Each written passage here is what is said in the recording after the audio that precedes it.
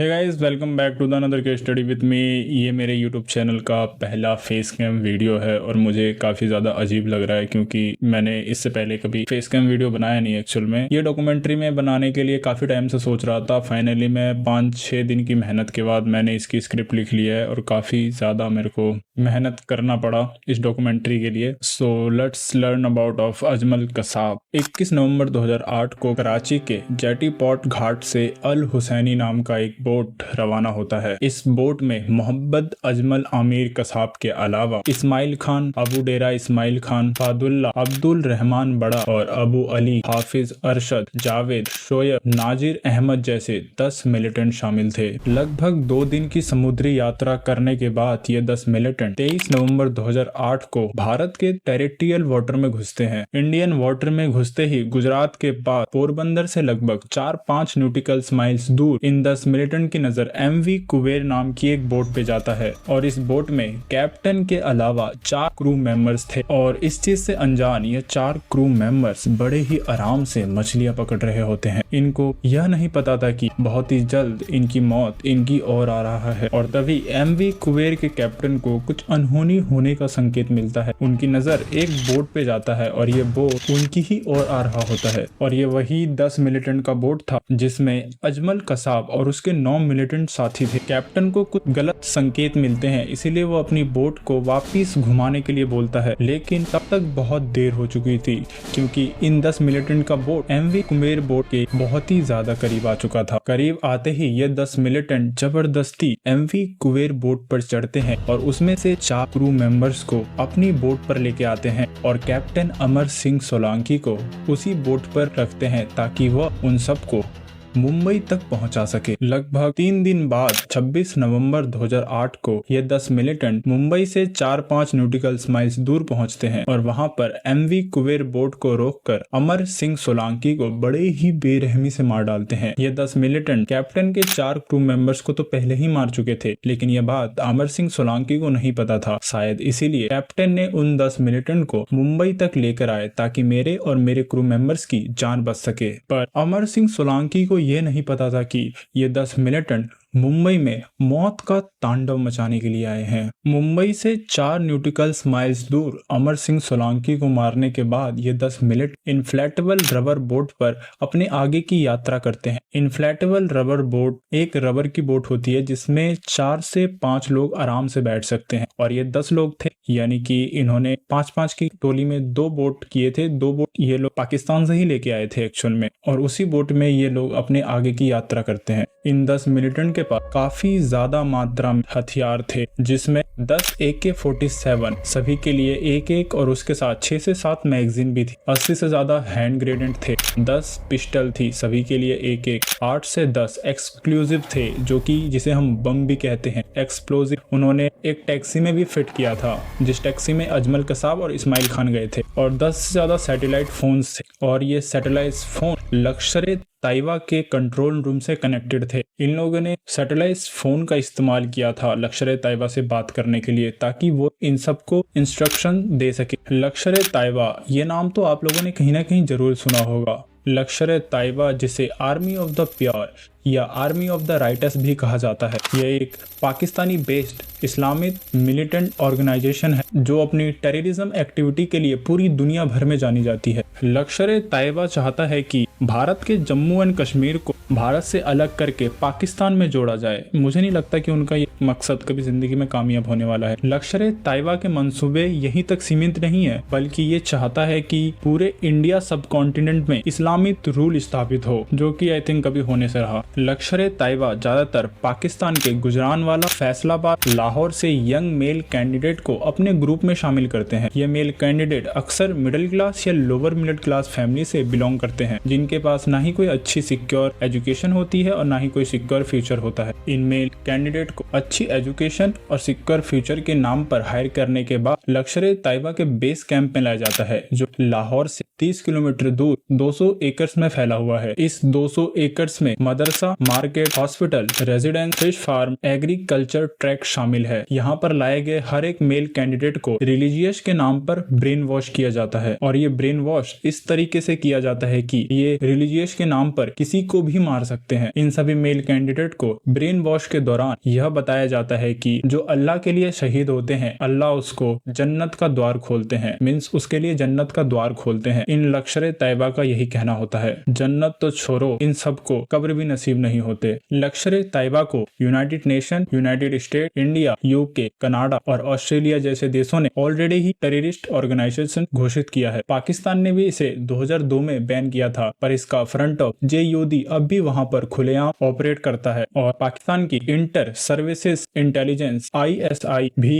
इसे सपोर्ट करता है। अजमल कसाब और उसके 9 मिलिटेंट साथी भी इसी ग्रुप का हिस्सा थे। इन सभी मिलिटेंट को पाकिस्तान में बने अलग अलग बेस कैंप में ट्रेनिंग दिया गया था। 26 नवंबर 2008 को करीब रात के 8 से 8:30 के बीच ये 10 मिलिटेंट मुंबई के मच्छीमार बीच के पास पहुंचते हैं और वहां से अपनी पैकिंग करके निकल ही रहे होते हैं। तभी वहां पर खड़े एक व्यक्ति को इन पे शक होता है और इनसे पूछते हैं कि तुम लोग कौन हो और यहाँ पे क्या कर रहे हो। उनमें से एक व्यक्ति अपनी फेक स्टूडेंट ID कार्ड दिखाते हुए बोलता है कि हम लोग स्टूडेंट है और यहाँ किसी काम से आए थे। ये सब बोलते ही ये 10 मिलिटेंट दो के ग्रुप में डिवाइडेड होके अपने टारगेट लोकेशंस पर चले जाते हैं। उस व्यक्ति को इन 10 मिलिटेंट पे शक होता है, इसलिए वह मुंबई पुलिस को कॉल करके सारी इंफॉर्मेशन देता है, पर पुलिस इस बात को काफी हल्के में लेती है, यानी कि ऐसी समझ लेती है इन सब चीजों को, और इसीलिए पुलिस कोई भी एक्शन नहीं लेती। पुलिस को यह सब बहुत ही ज्यादा मजाक लग रहा था और इसका अंजाम मुंबई पुलिस को भुगतना भी पड़ा। ये 10 मिलिटेंट मुंबई के अलग अलग लोकेशंस पर अटैक करने के लिए 5 टीम बनाते हैं। मैंने इन सभी टीमों को टीम 1 से टीम 5 का नाम दिया है। टीम 1 में अजमल कसाब और इस्माइल खान थे। टीम 2 में अब्दुल रहमान बड़ा और अबू अली थे। टीम 3 में हाफिज अरशद और जावेद थे। टीम 4 में नाजिर अहमद और शोएब थे और टीम 5 में फहदुल्ला और अबू डेरा इस्माइल खान थे। इन 10 मिलिटेंट ने मुंबई के 6 अलग अलग जगह पर अपना लोकेशंस और टारगेट सेट कर रखा था, यानी कि पूरी प्लानिंग इन्होंने पहले से ही किया हुआ था। कब, कहां और कैसे अटैक करना है और कितने बजे अटैक करना था, ये पूरी प्लानिंग उन लोगों ने पहले से ही बना रखी थी। टीम 1 ने छत्रपति शिवाजी महाराज टर्मिनस को 9:20 पर अपना टारगेट बनाया, जिसको ऑपरेट कर रहा था अजमल कसाब और इस्माइल खान। छत्रपति शिवाजी महाराज टर्मिनस मुंबई का सबसे बिजिएस्ट रेलवे स्टेशन है और यहाँ पर हजारों की तादाद में हर रोज लोगों का आना जाना रहता है। करीब लाखों लोग यहाँ से हर रोज सफर करते हैं। छत्रपति शिवाजी महाराज टर्मिनस पर अजमल कसाब ने जिस तरीके से दरिंदगी की सारी हदें पार की थी, वो अपने आप में ही हैवानियत का एक निशान था। वहाँ पर बच्चे, बूढ़े, औरतें, भाई बहन, पिता, किसी को भी नहीं छोड़ा था। खुलेआम अंधाधुंध फायरिंग किए जा रहा था और यहाँ पर इन दोनों ने एक्सक्लूसिव भी सेट कर रखे थे, जिसे बाद में डिफ्यूज किया गया था। छत्रपति शिवाजी महाराज टर्मिनस पर टोटल 60 लोग मारे गए थे और 100 से ज्यादा व्यक्ति घायल भी हुए थे। अजमल कसाब और इस्माइल खान छत्रपति शिवाजी महाराज टर्मिनस से निकलने के बाद 10:30 पर एल्बस हॉस्पिटल पहुंचते हैं और उस जगह को अपना टारगेट बनाते हैं। एल्बस हॉस्पिटल में जब इस्माइल खान और अजमल कसाब पहुंचे थे तो वो पीछे के रास्ते से पहुंचे थे। जो पुलिस फोर्स थी वो पहले ही एल्बस हॉस्पिटल में आ चुकी थी और वो आगे के रास्ते में नजर रखे हुए थे, लेकिन अजमल कसाब और इस्माइल खान तो पीछे के रास्ते से आए थे, इसलिए वह दोनों हॉस्पिटल के अंदर घुस सके थे। एल्बस हॉस्पिटल में टोटल 6 लोग मारे गए थे, जिसमें 2 सिक्योरिटी गार्ड और 4 अलग लोग थे और 10 से 15 लोग घायल भी हुए थे। टीम 2 ने मुंबई के लियोपोल्ड कैफे को 9:40 पर अपना टारगेट बना, जिसको ऑपरेट कर रहा था अब्दुल रहमान बड़ा और अबू अली। लियोपोल्ड कैफे कोलाबा में एक बहुत ही फेमस रेस्टोरेंट है। यहाँ पर आए दिन हजारों के तादाद में लोग आते जाते रहते थे। यह लियोपोल्ड कैफे लोकल्स के बीच में काफी ज्यादा फेमस था और यही कारण था कि ये टेररिस्ट लियोपोल्ड कैफे को अपना टारगेट बनाया ताकि ज्यादा से ज्यादा लोग यहाँ पर मारे जा सके। लियोपोल्ड कैफे में टोटल 10 लोग मारे गए थे और कुछ लोग घायल भी हुए थे। टीम 3 ने मुंबई के ताजमहल होटल को 9:30 पर अपना टारगेट बनाया, जिसको ऑपरेट कर रहा था हाफिज अरशद और जावेद। ताजमहल होटल कोलाबा में एक आइकॉनिक लग्जरियस होटल है जो इंडिया के इकोनॉमिक्स और कल्चरल सिग्निफिकेंस का प्रतीक माना जाता है। Taj Mahal hotel one of the most luxurious hotel, क्योंकि जब आप ताजमहल के अंदर जाओगे तो वहाँ की जो डेकोरेशंस और वहाँ की जो बड़े बड़े हॉल्स है उसको देख के आपको अलग ही लेवल की फीलिंग आएगी। अभी के हिसाब से तो काफी ज्यादा अच्छा है। वहाँ पे खाना भी काफी ज्यादा महंगा मिलता है, खासकर मिडिल क्लास लोग तो वहाँ पे बिल्कुल भी अफोर्ड नहीं कर सकते, बट जो सक्सेसफुल और बिजनेसमैन लोग हैं वो काफी काफी ज्यादा जाते हैं और वहां पर ताजमहल होटल में ज्यादातर बिजनेस मीटिंग होती है। और 26/11 अटैक के वक्त वहां पर इंडिया के एक बहुत बड़े बिजनेसमैन मीटिंग कर रहे थे। एक्चुअली उनको कुछ हुआ नहीं था। ताजमहल होटल में टोटल 10 लोग मारे गए थे, जिसमें कुछ वहां के स्टाफ भी थे और कुछ पब्लिक भी थी। टीम 4 ने ओबराय होटल को 9:45 पर अपना टारगेट बनाया, जिसको ऑपरेट कर रहा था शोएब और नाजिर अहमद। ओबराय होटल नरीमन पॉइंट्स पर एक और लग्जरियस होटल है जो फॉरेनर और बिजनेस ट्रैवलर के लिए काफी ज्यादा पॉपुलर है। ओबराय होटल में टोटल 10 लोग मारे गए थे, जिसमें से कई तो फॉरेनर भी थे। टीम 5 ने नरीमन हाउस को 9:45 पर अपना टारगेट बनाया, जिसको ऑपरेट कर रहा था फहदुल्ला और अबू डेरा इस्माइल खान। नरीमन हाउस कोलाबा में एक जूई कम्युनिटी सेंटर था और यहाँ पर टोटल 6 लोग मारे गए थे। इन 10 मिलिटेंट ने जिस तरीके से मुंबई में अपना आतंक फैलाया था वो अपने आप में ही अविश्वसनीय था। हालांकि मैं इस स्पेशल वीडियो में सिर्फ अजमल कसाब के बारे में बात करने वाला हूँ। अजमल कसाब कैसे एक नॉर्मल पर्सन से पाकिस्तान का सबसे बड़ा मिलिटेंट बना और उसको किस तरीके से मिलिटेंट बनाया गया, जानेंगे हम अजमल कसाब के बारे में पूरा डिटेल। अजमल कसाब के बारे में जानने के लिए आपको मेरे साथ 38 साल पीछे चलना पड़ेगा। मोहम्मद अजमल आमिर कसाब का जन्म 13 जुलाई 1987 को पाकिस्तान के ओकारा डिस्ट्रिक्ट में पंजाब में हुआ था। अब पंजाब का नाम सुन के बहुत सारे लोगों को कंफ्यूजन हो रहा होगा कि पाकिस्तान तो भारत में आता है, बट आप सबकी कंफ्यूजन दूर करने के लिए मैं आपको बता दूं 1947 में जब इंडिया और भारत का बंटवारा हुआ था तब पंजाब को 2 हिस्सों में बांटा गया था। एक हिस्सा भारत के पास आया और एक हिस्सा पाकिस्तान के पास गया। एक पाकिस्तान का पंजाब बना और एक भारत का पंजाब बना। मोहम्मद अजमल आमिर कसाब अपने घर का दूसरा बड़ा बेटा था। अजमल कसाब का एक बड़ा भाई, एक छोटा भाई और 2 छोटी बहन थी। अपने घर का दूसरा बेटा होने के नाते अजमल कसाब के ऊपर घर की जिम्मेदारियां भी थी। अजमल कसाब के फादर शवान कसाब फिरोजकोट में ही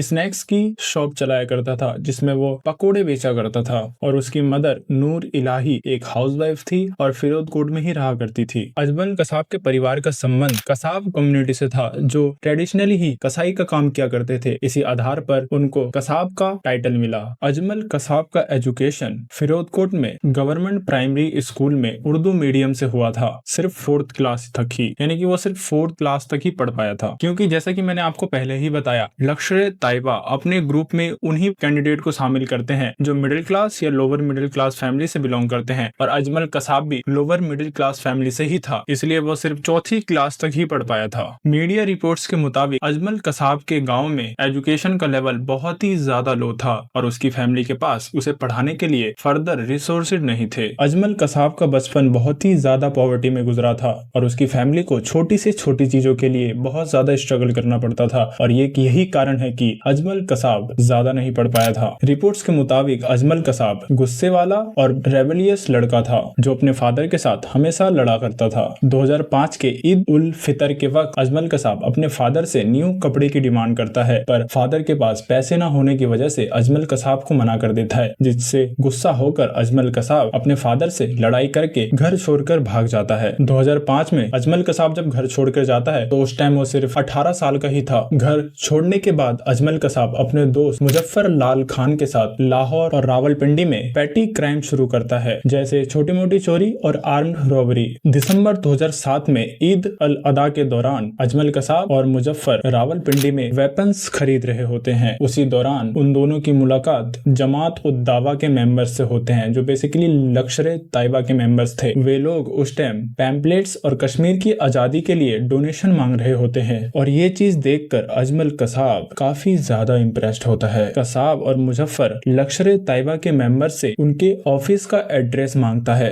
जो कि रावलपिंडी राजा बाजार में था। ऑफिस पहुंचने के बाद मुजफ्फर और अजमल कसाब जिहाद के लिए साइन करते हैं और वहां बैठे रिक्रूटर्स ने उन्हें फाइनेंशियली सपोर्ट करने का वादा किया। उन्होंने बताया कि हम आपको 1.5 लाख रुपए देंगे अगर आप हमारे टीम में यानी कि हमसे जुड़ते हैं तो। अजमल कसाब ने अपने एक इंट्रोगेशन में यह बताया था कि उसके फादर ने ही उसको लश्कर-ए-तैयबा को बेचा था ताकि उन्हें 1.5 लाख रुपए मिल सके, लेकिन इस चीज से अजमल कसाब के फादर ने डिनाई कर दिया था, यानी कि उसने बिल्कुल भी मना कर दिया कि ये झूठी खबर है, हमने इस चीज की डिमांड बिल्कुल भी नहीं की थी कि हम 1.5 लाख रुपए में हम अपने बच्चे को बेचेंगे। लेकिन यहाँ पर जब पाकिस्तानी जर्नलिस्ट जुगनू मोहसिन ये क्लेम किया कि जब वह अजमल कसाब के घर गए तो उसकी माँ नूर इलाही ने ये कन्फेस्ट किया कि हमसे बहुत बड़ी गलती हो गई थी, यानी कि उन्होंने बताया कि हमने अपने बच्चे को गलती से बेचा था। और आफ्टर मुंबई अटैक अजमल कसाब की फैमिली कहीं अचानक से गायब हो गई और दवन के रिपोर्टर्स ने ये क्लेम किया कि आफ्टर मुंबई अटैक 3 दिसंबर को अजमल कसाब की फैमिली कहीं अचानक से गायब हो गई थी। आई थिंक मेरे हिसाब से उनके गायब होने का